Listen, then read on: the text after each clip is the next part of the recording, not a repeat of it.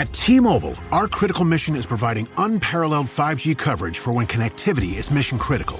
Introducing T-Priority, America's best 5G network experience for first responders, even in times of congestion. More capacity, faster speeds, better coverage. T-Priority from T-Mobile, built for tomorrow's emergencies, ready today. Discover more at t-priority.com. For qualifying organizations on eligible rate plans, coverage not available in some areas and may be impacted by emergencies. Imagine what's possible when learning doesn't get in the way of life. At Capella University, our game-changing FlexPath learning format lets you set your own deadlines so you can learn at a time and pace that works for you. It's an education you can tailor to your schedule. That means you don't have to put your life on hold to pursue your professional goals. Instead, enjoy learning your way and earn your degree without missing a beat. A different future is closer than you think with Capella University. Learn more at capella.edu. Hi, and welcome to the 10-Minute Food Truck Training Podcast. My name is Bill Moore. I'm the founder of the Food Truck Training Group on Facebook, co-owner with my beautiful wife, Melissa, of our own food truck. It's called Food Truck 101, and I'm the executive director of the National Street Food Vendors Association, which is a nonprofit dedicated to education, advocacy, and uplifting all food vendors. Today, I'm going to give you several reasons why you need to attend local, regional, and national conventions or expos or learning opportunities for your food truck business. Because a lot of people don't want to spend money to learn things, and yet they also will be the same people to complain about, it's so slow, I'm about to go under. There's two things you got to do. You got to invest in your own knowledge, and you have got to apply that knowledge when you spend the money or the time to learn something. So here's what you're going to get when you go to one of these local, regional, or national events. You're going to get network opportunities, and that means that you're going to talk to, number one, other business owners, such as food truck owners. You're going to talk to suppliers. You're going to talk to event organizers. You're going to talk to potential collaborators. Now, what are all those different people? Well, obviously, suppliers and service providers are the ones that sell you the ingredients you're going to be serving to your guests, or they're going to be selling you something to help support your business, like insurance or a POS system, cell phone, the things that it takes for you to run your business. You're going to meet those individuals with those products. You're going to have the opportunity to meet event organizers. It's not always about the booths that are set up at these kind of events. It's also about the people that attend them. In the industry, they call it suitcasing an event. And what that means is these organizers, they fly in to check out these events, and they just attend as a regular person. So they get the little lanyard that says, hey, we're allowed to be in here, and then they walk around and talk to people. Talk to the people beyond who's in a booth or who's giving a class. You got to network with them. You got to build those relationships, because you just never know. At the Food Truck Owners Expo in Houston last year, there were people talking to each other, and they weren't selling anything. Oh yeah, I sell seafood. I'm in Louisiana. And somebody said, oh yeah, I'm from Washington State, and we sell seafood too, but we're struggling. And they would talk to each other about how they could improve their businesses. And they weren't there to sell anything. They were there to learn. They were there to look and see what was going on. But they had those conversations with each other, how they could improve the business. So networking opportunities, you don't want to pass them up. You're going to discover new industry trends, which is a big, big deal. Conferences typically showcase innovations, because there'll be somebody that's got some brand new product that they want to showcase. There was a vendor last year at one of the expos that we did that sold a different way of doing, of all things, sweet tea. And it was perfect for a food truck. The name of their business is Cane Brew. And we tried their tea, and it was like, this is amazing. It was absolutely amazing, and it didn't take a fancy brewing machine. It didn't take anything other than some pitchers and water.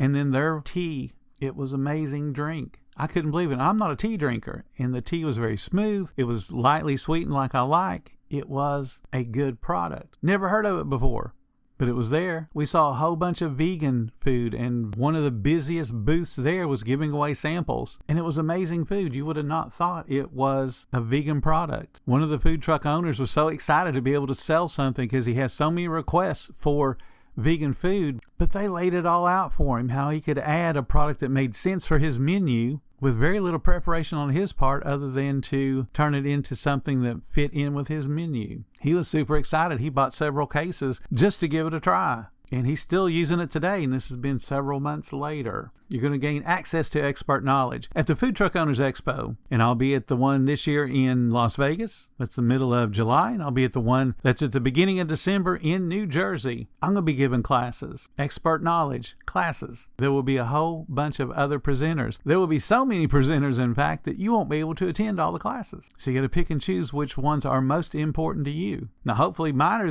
very important to you and you'll attend those, but you'll have access to all these other people that are there just to teach, to share their knowledge in their particular subject where they're the expert. Last year, I gave classes on food cost and marketing and why we as food vendors need to speak with a single voice. I gave 4 classes at both expos last year. I was also part of a Q&A session that could have went on the entire day. They had to make us stop because we ran out of time. Go to events. You're going to get exposure to suppliers. You're going to get exposure to the service providers. You can talk to them on a one-on-one basis because they're there to sell stuff, but they're also there to help you become better at doing your business. Sometimes it's not always about getting the least expensive product. It's about getting the most yield out of the products that you do get, or getting the better deal on a service provider, whether it be a POS system, an insurance, the hood cleaners, fire extinguishers that have to be refilled so often. You got to get exposure to those people and see what's out there beyond you looking on the internet and going, okay, they're the first one, so I guess I'll go with them. You get brand visibility and credibility. And what that means is real simple. You are showing up to an event to learn. That means you're trying to improve. And it also means that as you go to these events regularly, people start to see you as, okay, they're a serious business owner. Because everybody knows McDonald's and Burger King and Wendy's, but at some point in the past, no one knew who the heck they were. You're the same way. People don't know who you are today, even when you go to an event, a little small local event, and say, hey, my name is Bill, and I sell food on my food truck. It's called Food Truck 101. Please come try my food. But as they see you more and more frequently, now you're not introducing yourself to people. They're coming to introduce themselves to you. It takes time to build up that kind of reputation, but it's pretty neat to be able to walk into a room and people are coming to you. Hey, I love your food. Where y'all going to be next week? And they do it not because you've introduced yourself, but because they recognize who you are. You're going to get inspiration and motivation. Both the expos that we did last year in Houston and in Orlando, you could feel the excitement in the room. Everybody was happy to be there. Most every food truck owner that I've ever met, when you walk up to their food truck, if they are not busy, is typically leaning on the counter or they're sitting down. And as soon as they see you, some of them jump up and stop what they're doing. Others of them finish the text message that they're sending. Others of them don't even know you walk up until you make a little bit of noise. But when you go to these events, people are happy to be there.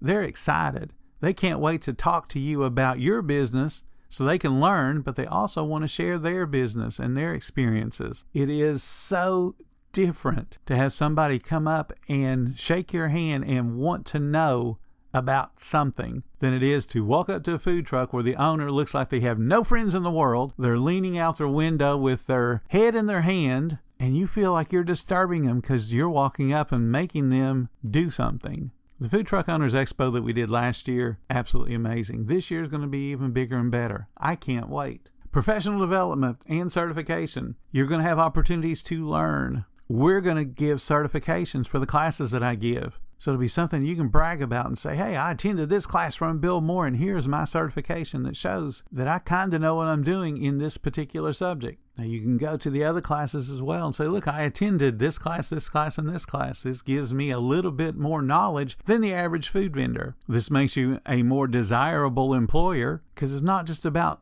putting together a hamburger. It's about what can I learn from this person so that I can be a better value to my next employer. Hopefully you're not one of those people that think I'm going to hire somebody that's going to work with me the next 20 years, because that ain't going to happen. Food service is a way for people to get exposure to handling the public in a fairly simple environment so that as they gain those skills and those interpersonal interaction skills and they go to the next job, they can say, hey, I was a successful cook or cashier or whatever their position is in a high-stress environment of a food truck. I can handle whatever your company's got. Our business helps set up employees for success in the future. It's not, oh, I'm just a hamburger flipper. I always love telling people, I flip hamburgers. I worked at Wendy's a long time. Flip hamburgers. And you're so smart, you shouldn't be doing that. And then I would say, do you know that as a hamburger flipper at Wendy's, I was asked to go work in the Virgin Islands and run the 5th highest volume Wendy's in the world, where I had a whole bunch of managers underneath me. I never had to flip a hamburger there. But in order for me to get to that point, I had to flip a whole bunch of hamburgers. When was the last time that your boss invited you to go work in the Virgin Islands? When was the last time your company did anything for you based on your skill level? So yeah, I'll be a hamburger flipper all day long. So get that personal development and don't feel bad about the industry you're in. You're going to develop your employees, and you can't develop your employees unless you've already had that personal development yourself. You're going to get to be able to talk to people about, hey, how much sales do you do a week? How much can you do an hour? How much can you handle? You're going to see that competitive insight, because as great as you think you are, there's somebody out there who's doing better. And that'll help you to move to the next level once you realize that, hey, I am not the pinnacle of success in the food truck industry. You're going to get problem-solving opportunities, and you're going to get peer support. I mentioned earlier about people that were talking to each other about, we had a problem with seafood in Washington State, and people in Louisiana were telling them what to do to get around that particular problem. And that was just conversations that two vendors were having. They were not presenters. They were not anything other than two people waiting to talk to me that started a conversation with each other. So don't be afraid to shake some hands and talk to people and find out their story, share your story, and see where you guys can help each other improve. You're going to get a lot of support. And then for the food trucks that have the problems, the big problems, all of the educators were there. They were walking around all throughout the expo. So besides their classes, chase them down. I had people chasing me down all the time. I seemed to have a little swarm of people around me all day long. Not a problem. I'm there to help. The other people that attend as presenters were there to help as well. You're going to also gain advocacy opportunities and influence. Now, here's where it becomes really important. When we as a industry get together and say, we're going to make change and improve the conditions of regulatory, of the work environment, of the sales of our industry, if we do it as a unified voice and we can prove that, hey, there were 1,000 people that attended the Food Truck Owners Expo in Las Vegas, Nevada this year. That's 1,000 businesses that are getting together to fix what's wrong in our industry. Now we start to have influence, because there seems to be a critical number that people get excited about when we can say we have 1,000, we have 2,000, because that equates to a whole bunch of, I think I'll sit up and take notice now. But when we act as disjointed people and say, okay, we're in an industry that has 56,000 food trucks in it today, I can tell you right now that's the wrong number, and I can prove that it's the wrong number. You go on ChatGPT, where everyone loves you. Go ChatGPT, it'll help you out. So on their newest model, their 4.5 model, doing the deep research, it took it a little over 5 minutes to give me back my answer. And the answer that it gave was from other websites that have the wrong information. 56,000 food truck owners in the United States today is incorrect. How do I know that? Some states that are smart, like Florida, where we have a statewide license, they also track how many licenses they give out. Oh my God, the government actually tracks something. We have 10,000 mobile licenses in the state of Florida. 10,000. You're not going to tell me that the population in Florida has more food truck owners than the population of California, Texas? No, they don't. You can literally go to Houston, Texas. I've been there many times. You can be blindfolded, put on an intersection and spun around. Somebody can put a rock in your hand and say, throw it. See if you can hit a food truck. You will hit a food truck. I have seen 3 and 4 food trucks sitting on a parking lot of a convenience store. There are literally that many food trucks in Houston, in the Houston metropolitan area. But guess what? You don't know how many there are, because Houston has to have its own license, and every other little teeny tiny town that is around Houston, still considered the Houston metropolitan area, has their own license. So we can't go and say how many licenses are in this county, because, well, it also, the local counties, whether it be Fort Bend or Harris County, they have their own licenses. But guess what? The city of Houston also overlaps into that. So the city of Houston has licenses. Fort Bend has one. Harris County has one. But we don't know what the total is, because they don't provide that information publicly. Even though you have a public license, they don't provide it. So it's a very disjointed industry that we're in.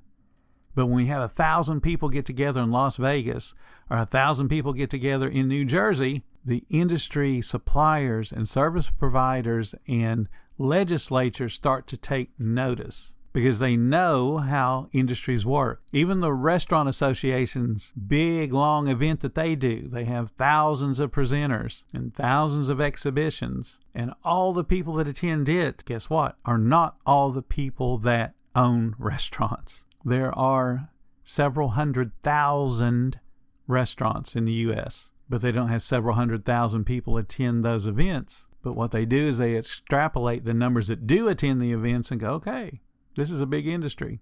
The bottom line is you want to attend these events. It helps you as a business owner. It helps the industry by showing that we are unified, that we're eager to improve our skill set so that we can deliver safe food, delicious food, and be profitable and help the economy. You can't do that stuff if you just stay at home and go, woe is me. Get out there and learn. Attend the Food Truck Owners Expo. It's being held in July 15th and 16th in Las Vegas. If you can't make that one, let's go to New Jersey and let's attend that one in December. I'm going to be there. I'm going to be giving classes. I'm going to be on the floor at my National Street Food Vendors Association booth. You can talk to me all day long. So please attend the Food Truck Owners Expo. Thank you so much for listening to the podcast today. If you're finding all the information helpful, please consider subscribing. And if you love what we do, show some support. There's a link in the description to make that happen. Until next time, you guys have a profitable week.